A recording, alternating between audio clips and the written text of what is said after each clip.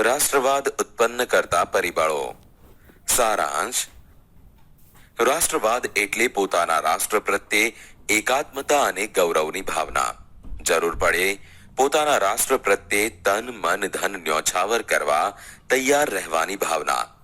આધુનિક રાષ્ટ્રવાદનો સૌપ્રથમ ઉદ્ભવ યુરોપમાં થયો હોવાથી નવજાગૃતિ, ધર્મ સુધારણા, અમેરિકા અને ફ્રાન્સની ક્રાંતિઓ, ઇટલી અને જર્મનીનું એકીકરણ વગેરે પરિબળોએ યુરોપમાં રાષ્ટ્રવાદનો ફેલાવો કરવામાં મહત્વની ભૂમિકા ભજવેલી છે. બ્રિટિશરોના સંપર્કના પરિણામે ભારતીયોના રાજકીય, સામાજિક, ધાર્મિક અને આર્થિક દૃષ્ટિકોણમાં ફેરફાર થયા. સૈદ્ધાંતિક સમજ. 1. રાજકીય. અંગ્રેજોના શાસન પહેલા આપણા દેશમાં રાજકીય એકતાનો અભાવ હોવાથી ભારત નાના મોટા રજવાડામાં વહેંચાયેલું હતું. આમ અંગ્રેજોએ ભારતના ઘણા રાજવીઓને હરાવીને મોટા ભાગના ભારત ઉપર પ્રત્યક્ષ કે પરોક્ષ રીતે અંકુશ સ્થાપ્યો અને એક સરખું વહીવટી તંત્ર અમલમાં મૂક્યો. 2. આર્થિક. અંગ્રેજો ભારતમાંથી કાચો માલ ઇંગ્લેન્ડ લઈ જતા અને ત્યાં ઉત્પાદિત કરેલો તૈયાર માલ ભારતના બજારોમાં વેચતા. ઇંગ્લેન્ડ તરફથી ભારત આવતા માલ પર નજીવી જકાત લેવાતી, જ્યારે હિન્દમાં ઉત્પન્ન થતા તૈયાર માલ ઉપર વધુ જકાત લેવાતી. પરિણામે ભારતમાં ઉત્પન્ન થયેલો માલ મોંઘો પડતો. આમ આ હરીફાઈમાં ભારતના હસ્ત ઉદ્યોગ ટકી શક્યા નહીં.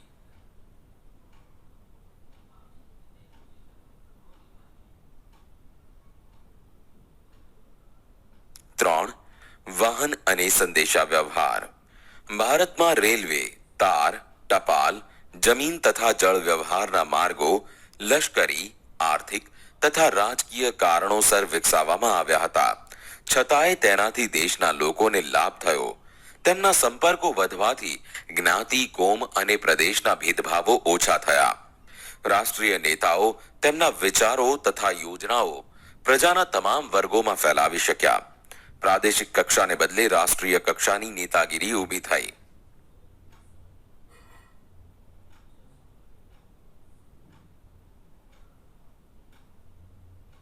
4. શિક્ષણ અને સાહિત્ય. ભારતીય રાષ્ટ્રવાદના ઉદયમાં અંગ્રેજી કેળવણીનો પણ મોટો ફાળો રહ્યો. વિશ્વનું ઘણું બધું સાહિત્ય અંગ્રેજીમાં હોવાથી આપણા દેશના લોકો અંગ્રેજી ભાષા શીખ્યા. આ કારણે અમેરિકન સ્વાતંત્ર્ય સંગ્રામમાંથી લોકશાહીની તથા ફ્રાન્સની ક્રાંતિમાંથી સ્વતંત્રતા, સમાનતા અને બંધુત્વની ભાવનાની પ્રેરણા મળી. દેશની પ્રાદેશિક ભાષાઓમાં નવલકથાઓ, નાટકો, વાર્તાઓ, કાવ્યો અને ગીતો વગેરે લખાયા, જેણે રાષ્ટ્રભક્તિનો સંદેશ આપ્યો.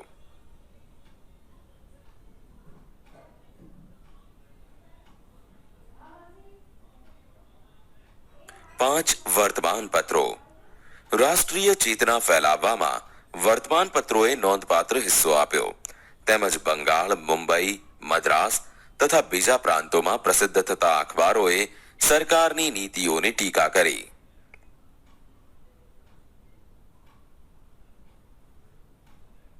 6. ભારતનો ભવ્ય વારસો. પાશ્ચાત્ય પુરાતત્વવિદ એટલે કે એલેક્ઝાન્ડર કનિંગહામ તથા તેના મદદનીશોએ ભારતના અનેક પ્રાચીન સ્થળોએ ખોદકામ કર્યા. ભગવાનલાલ ઇન્દ્રજી જેવા ભારતીય પુરાતત્વવિદોએ પણ અનેક પુરાણા અવશેષો શોધી ભારતીયોને દેશની સંસ્કૃતિની ભવ્યતાનો ખ્યાલ આપ્યો. હિન્દી રાષ્ટ્રીય મહાસભાની સ્થાપના. સારાંશ.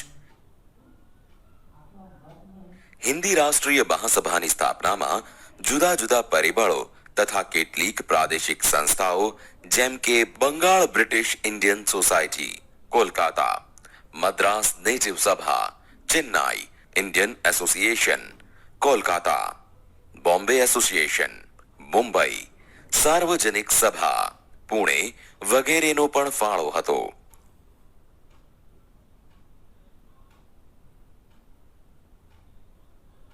સૈદ્ધાંતિક સમજ. સર એલન ઓક્ટેવિયન હ્યુમ નામના નિવૃત્ત અંગ્રેજ અધિકારીને ખાતરી થઈ ચૂકી હતી કે બ્રિટિશ સામ્રાજ્ય ઉપરથી દેખાય એટલું સલામત નથી. આમ 1857ના સ્વાતંત્ર્ય સંગ્રામની ઘટના ફરીથી ન બને તે માટે બંધારણીય સંસ્થા સ્થાપવાનો વિચાર તત્કાલીન વાઇસરોય ડફરીનને સમજાવી કરવામાં આવ્યો. એઓ હ્યુમના પ્રયત્નોથી ડિસેમ્બર 1885માં હિન્દી રાષ્ટ્રીય મહાસભાની સ્થાપના કરવામાં આવી, જેનું પ્રથમ અધિવેશન મુંબઈની ગોકુળદાસ તેજપાલ સંસ્કૃત પાઠશાળામાં 28મી ડિસેમ્બર 1885ના રોજ વ્યોમેશ ચંદ્ર બેનર્જીના પ્રમુખ પદે મળ્યું.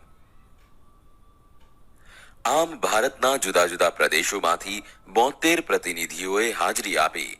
તેમાં દાદાભાઈ નવરોજી, ગોપાલ કૃષ્ણ ગોખલે, ફિરોજ શાહ મહેતા, બદરુદ્દીન તૈયબજી, કેટી તેલંગ, દિનશા વાછા વગેરે મુખ્ય આગેવાનો હતા.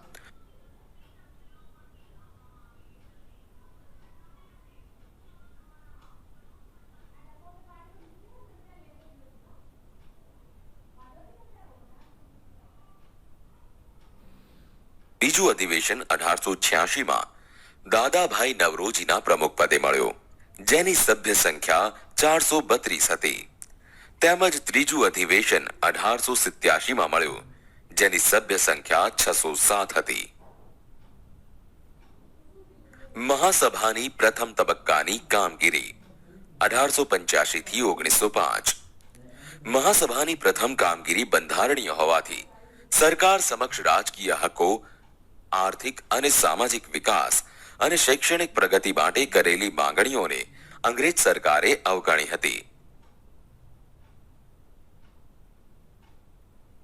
સરકારી નોકરીઓમાં હિન્દીઓને વધારે પ્રમાણમાં લેવા, લશ્કરી અને મુલકી ખાતાઓમાં થતો ખર્ચ ઘટાડવો, ખેડૂતોને દેવામાં રાહત આપવી, ગૃહ ઉદ્યોગને સજીવન કરવા વગેરે માંગણીઓ કરવામાં આવતી.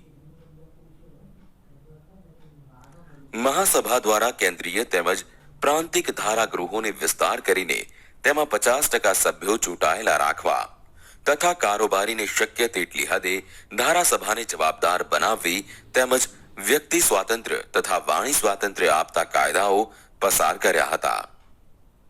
અંગ્રેજોની બદલાતી વૃત્તિઓ. સારાંશ. હિન્દી રાષ્ટ્રીય મહાસભાની સ્થાપનાની શરૂઆતમાં અંગ્રેજ શાસકો તેના પ્રત્યે સહાનુભૂતિ ધરાવતા હતા, પરંતુ થોડા જ સમયમાં તેઓ વિરોધી બન્યા. ગવર્નર જનરલ કર્ઝને રાષ્ટ્રીયતા વિરોધી કેટલાક પગલા ભરી ભાગલા પાડો અને રાજકરોની નીતિ અપનાવીને બંગાળનું ઈસવીસન 1905માં વાઇસરોય કર્ઝને વિભાજન કર્યું. તેમાં બિહાર અને ઓરિસ્સાના કેટલાક પ્રદેશોનો સમાવેશ થતો હતો, જેની વસ્તી 7,80,00,000થી વધુ હતી. વાઇસરોય કર્ઝન મુસ્લિમ બહુમતીને અલગ કરી હિન્દુ મુસ્લિમ વચ્ચે કોમવાદ ઉભો કરીને વધતી જતી રાજકીય જાગૃતિને નબળી પાડવા માંગતા હતા, જેનો ઈરાદો રાષ્ટ્રીય નેતાઓ સમજી ગયા અને તેઓએ આ યોજનાનો ઉગ્ર વિરોધ કર્યો. સૈદ્ધાંતિક સમજ. બંગભંગનું આંદોલન. બંગાળની એકતાને તોડનારા આ ભાગલાનો વિરોધ કરવા આ આંદોલનમાં બંકિમચંદ્ર ચટ્ટોપાધ્યાયની આનંદ મઠ નવલકથાનું વંદે માતરમ ગીતને લડાઈનો નારો બનાવવામાં આવ્યો અને જે દિવસે ભાગલાનો અમલ શરૂ થયો તે દિવસ બંગાળમાં શોક દિન તરીકે ઉજવવામાં આવ્યો. રવિન્દ્રનાથ ટાગોરના સૂચનથી તે દિવસને એકતા દિન તરીકે પણ ઉજવાયો. સ્વદેશી આંદોલન. બંગભંગની લડતને ઉગ્ર અને વ્યાપક બનાવવા 3 લક્ષણો અમલમાં મૂકવામાં આવ્યા હતા. 1. સ્વદેશી માલનો વેપાર કરવો, 2. વિદેશી માલનો બહિષ્કાર કરવો અને 3. રાષ્ટ્રીય શિક્ષણ લેવું.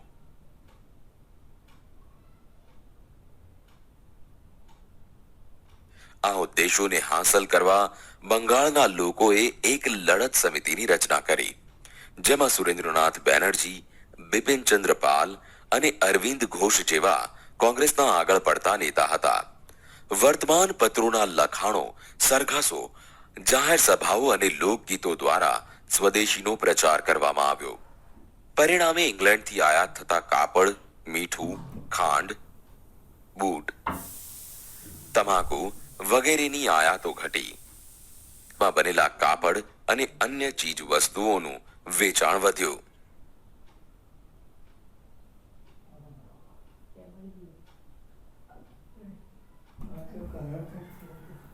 રા-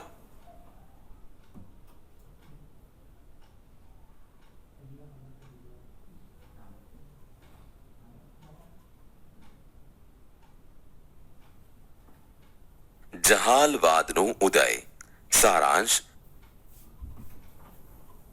દાદાભાઈ નવરોજી, સુરેન્દ્રનાથ બેનર્જી, ગોપાલ કૃષ્ણ ગોખલે, ફિરોજ શાહ મહેતા વગેરે નેતાઓ બંધારણીય માર્ગે રાજકીય હકો મેળવવા પ્રયત્ન કરતા હતા. તેમજ તેમના સમય પ્રમાણે નરમ વલણ અપનાવ્યું હોવાથી મવાળવાદી તરીકે ઓળખાયા. તેમની કામગીરીના પરિણામ સ્વરૂપ જાગૃત થયેલો હિન્દનો યુવા વર્ગ ઉત્સાહી, આક્રમક અને આત્મવિશ્વાસથી સભર થયેલો હોવાથી તેઓ મવાળ નીતિને બદલે આક્રમક નીતિ અખત્યાર કરવામાં માનતો હતો. સૈદ્ધાંતિક સમજ. જહાલવાદી નેતાઓમાં લાલ બાલ અને પાલની ત્રિપુટીથી ઓળખાતા લાલા લજપતરાય, બાળ ગંગાધર ટિળક અને બિપિનચંદ્ર પાલનો સમાવેશ થતો હતો, જે સ્વરાજને ઇનામ તરીકે નહીં પણ હકથી મેળવવામાં માનતા હતા. જહાલવાદી નેતાઓ. લોકમાન્ય ટિળક 1856 થી 1920. લોકમાન્ય ટિળકે એક મંત્ર આપ્યો હતો કે સ્વરાજ મારો જન્મસિદ્ધ અધિકાર છે અને હું તેને મેળવીને જ જંપીશ. તેમણે ગણેશ ચતુર્થી અને શિવાજી જયંતિ ઉત્સવો ઉજવવાનું તેમજ મરાઠી ભાષામાં કેસરી અને અંગ્રેજી ભાષામાં મરાઠા નામના 2 વર્તમાન પત્રો શરૂ કર્યા. ઈસવીસન 1916માં હોમ રૂલ ચળવળમાં તેમણે સક્રિય ભૂમિકા ભજવી હતી.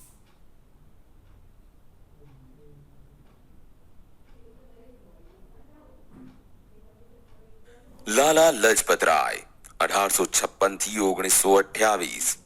લાલા લજપતરાય શેરે પંજાબ તરીકે જાણીતા બન્યા હતા. તેમણે ધી પંજાબી અને ધી પીપલ જેવા વર્તમાન પત્રો શરૂ કર્યા.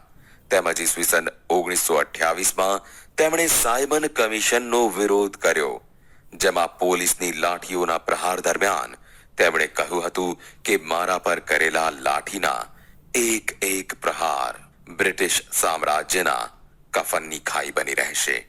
આમ અંગ્રેજોના લાઠી પ્રહારથી તેમનું અવસાન થયું. બિપિનચંદ્ર પાલ 1858 થી 1932. લાલ બાલ અને પાલની ત્રિપુટીના ત્રીજા બંગાળી નેતા બિપિનચંદ્ર પાલ હતા.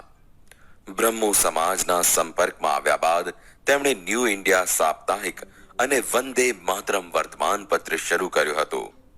અંગ્રેજ સરકારે યુવાનોને હિંસક માર્ગે ઉશ્કેરવાનો તેમના પર આરોપ મૂક્યો હતો. મુસ્લિમ લીગની સ્થાપના. સારાંશ.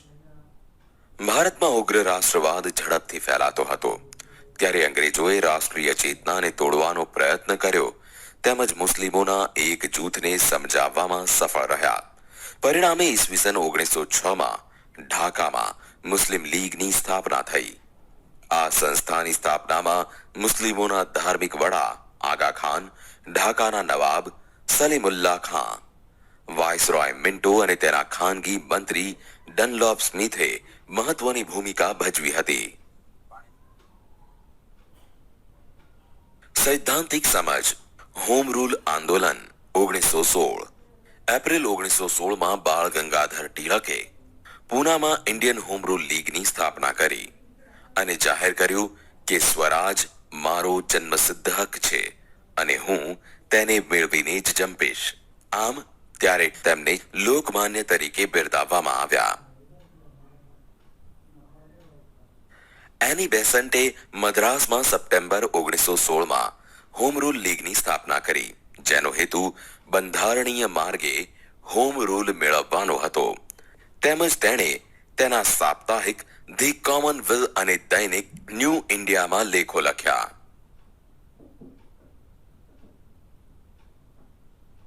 એની બેસન્ટે બ્રિટિશ સરકારને હિન્દને જવાબદાર રાજ્યતંત્ર અને ગૃહ સ્વરાજ વહેલી તકે આપવાનો અનુરોધ કર્યો, જેમાં કોંગ્રેસ અને મુસ્લિમ લીગે હોમ રૂલ આંદોલનને ટેકો આપ્યો, જેને કારણે મદ્રાસ સરકારે તેની ધરપકડ કરી અને ઉટાકા મંડમાં નજરકેદ રાખ્યા. એની બેસન્ટને મુક્ત કરાવવા દેશમાં સભાઓ અને સરઘસો દ્વારા ઠેર ઠેર વિરોધ વ્યક્ત કરવામાં આવ્યો અને અંતમાં તેમને છોડી દેવામાં આવ્યા. તેમને ડિસેમ્બર 1917માં કોલકાતા મુકામે ભરાયેલા કોંગ્રેસના અધિવેશનમાં સૌ પ્રથમ મહિલા પ્રમુખ તરીકે પસંદ કરવામાં આવ્યા હતા. લખનૌ કરાર ઈસવીસન 1915માં કોંગ્રેસ અને મુસ્લિમ લીગે એક સાથે મુંબઈમાં અધિવેશન ભર્યો. એક વર્ષ પછી કોંગ્રેસ અને મુસ્લિમ લીગે તેમના વાર્ષિક અધિવેશન એક સાથે લખનૌમાં રાખ્યા, જેમાં લોકમાન્ય ટિળકે હાજરી આપી. ઈસવીસન 1907માં સુરત કોંગ્રેસ અધિવેશનમાં મવાળવાદી તથા જહાલવાદી જૂથ અલગ પડ્યા, જે હવે એક થઈ ગયા હતા. કોંગ્રેસ અને મુસ્લિમ લીગના નેતાઓએ ઈસવીસન 1916માં લખનૌ મુકામે સમજૂતી કરીને કરાર કર્યા, જે કરાર લખનૌ કરાર તરીકે જાણીતો થયો. સુભાષચંદ્ર બોઝ અને આઝાદ હિન્દ ફૌજ. સારાંશ: સુભાષચંદ્ર બોઝનો જન્મ 23મી જાન્યુઆરી 1897ના રોજ ઓડિશાના કટક મુકામે થયો હતો. તેમની માતાનું નામ પ્રભાવતી અને પિતાનું નામ જાનકીનાથ બોઝ હતું. બાળપણથી જ તેઓ તીવ્ર બુદ્ધિ પ્રતિભા ધરાવતા હોવાથી ઈસવીસન 1920માં લંડનમાં ICSની પરીક્ષામાં ચોથા નંબરે પાસ થયા. ભારતમાં આવ્યા પછી હિન્દી રાષ્ટ્રીય મહાસભામાં જોડાયા અને સ્વાતંત્ર્ય ચળવળોમાં ભાગ લીધો, જેમાં 11 વખત રાજકીય કેદી તરીકે પકડાયા. ત્યારબાદ ઈસવીસન 1938માં હરિપુરા કોંગ્રેસ અધિવેશનમાં સુભાષચંદ્ર બોઝ કોંગ્રેસના પ્રમુખ બન્યા, તેમજ ઈસવીસન 1939માં ત્રિપુરામાં મળેલા કોંગ્રેસ અધિવેશનમાં બીજી વાર પ્રમુખ બન્યા, પરંતુ કેટલાક મતભેદોને કારણે તેમણે પ્રમુખ પદેથી રાજીનામું આપ્યું.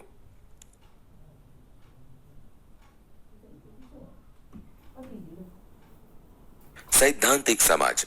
મે 1939માં સુભાષચંદ્ર બોઝે ફોરવર્ડ બ્લોક નામના નવા રાજકીય પક્ષની રચના કરી. બીજી બાજુ યુરોપમાં દ્વિતીય વિશ્વયુદ્ધ શરૂ થતા ફોરવર્ડ બ્લોકે યુદ્ધ વિરોધી પ્રચાર શરૂ કર્યો. સુભાષચંદ્ર અને તેમના સાથીઓને સરકારે જેલમાં પૂર્યા, જેથી સુભાષચંદ્ર બોઝ ઉપવાસ પર ઉતર્યા, પરંતુ તેમની તબિયત લથડતા સરકારે જેલમાંથી મુક્ત કર્યા અને તેમના જ મકાનમાં નજરકેદ રાખ્યા. 17મી જાન્યુઆરી 1941ના રોજ મધ્યરાત્રિએ સુભાષચંદ્ર બોઝ વેશ પરિવર્તન કરી પેશાવર, કાબુલ અને મોસ્કો થઈ બર્લિન ગયા, જ્યાં તેના રેડિયો પરના પ્રવચન સાંભળી અંગ્રેજ સરકાર ચોંકી ઉઠી અને ત્યારબાદ સુમાત્રા થઈને જાપાન ગયા.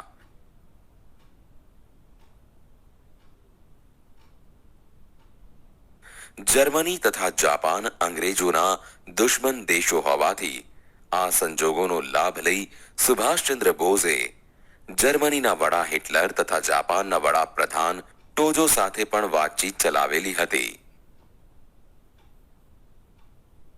આઝાદ હિન્દ ફૌજના સુકાની પદે. બ્રિટિશ લશ્કરના ભારતીય અમલદાર કેપ્ટન મોહન સિંઘે જાપાનને શરણે ગયેલા ભારતીય સૈનિકોમાંથી આઝાદ હિન્દ ફૌજની રચના કરી, પરંતુ જાપાન સરકાર તથા રાસબિહારી બોઝ વચ્ચે મતભેદ થતા તેમણે રાજીનામું આપવાની ફરજ પડી. આમ રાસબિહારી બોઝે સર્વસંમતિથી 4 જુલાઈ 1943ના રોજ આઝાદ હિન્દ ફૌજના સર્વોચ્ચ નેતા તરીકે સુભાષચંદ્ર બોઝની વરણી કરી, જેમાં તેમને નેતાજીનું હુલામણું નામ આપવામાં આવ્યું. નેતાજીએ ફૌજને ચલો દિલ્હીનું સૂત્ર આપ્યો, તેમજ ભારતને જય હિન્દનો મંત્ર આપ્યો. તેમણે દક્ષિણ પૂર્વ એશિયાના દેશોનો પ્રવાસ કરીને ત્યાંના ભારતીયો પાસે માતૃભૂમિની સ્વતંત્રતા માટે તેમના સર્વસ્વનું બલિદાન આપવાની માંગણી કરી, જેમાં તેમણે तुम मुझे खून दो मैं तुम्हें आजादी दूंगा ના સૂત્ર દ્વારા આઝાદી માટે આહવાન કર્યું. કામ ચલાઉ સરકાર. ઓક્ટોબર 1943માં સુભાષચંદ્ર બોઝે સિંગાપુરમાં કામચલાઉ સરકારની સ્થાપના કરી, જેમાં તેમણે પોતે લશ્કરના સર્વોચ્ચ વડા તરીકેનો હોદ્દો સંભાળ્યો અને ઇંગ્લેન્ડ અને અમેરિકા સામે યુદ્ધ જાહેર કર્યું. આઝાદ હિન્દ ફૌજની કામગીરી. સુભાષચંદ્ર બોઝ આઝાદ હિન્દની કામચલાઉ સરકારના વડા બન્યા પછી આઝાદ હિન્દ ફૌજનું પુનઃ આયોજન કર્યું. તેમણે આઝાદ હિન્દ ફૌજમાં 4 લશ્કરી ટુકડીઓ ઊભી કરેલી, જેના નામ તેમણે ગાંધી, સુભાષ, નહેરુ અને આઝાદ આપેલા. આઝાદ હિન્દ ફૌજે ભારતની પૂર્વ સરહદે આરાકાન અને ઇમ્ફાલ વિભાગમાં કેટલાક વિજયો મેળવ્યા, પરંતુ પુરવઠાની ભયંકર તંગી અને ભારે વરસાદના કારણે ફૌજને પીછેહટ કરવી પડી.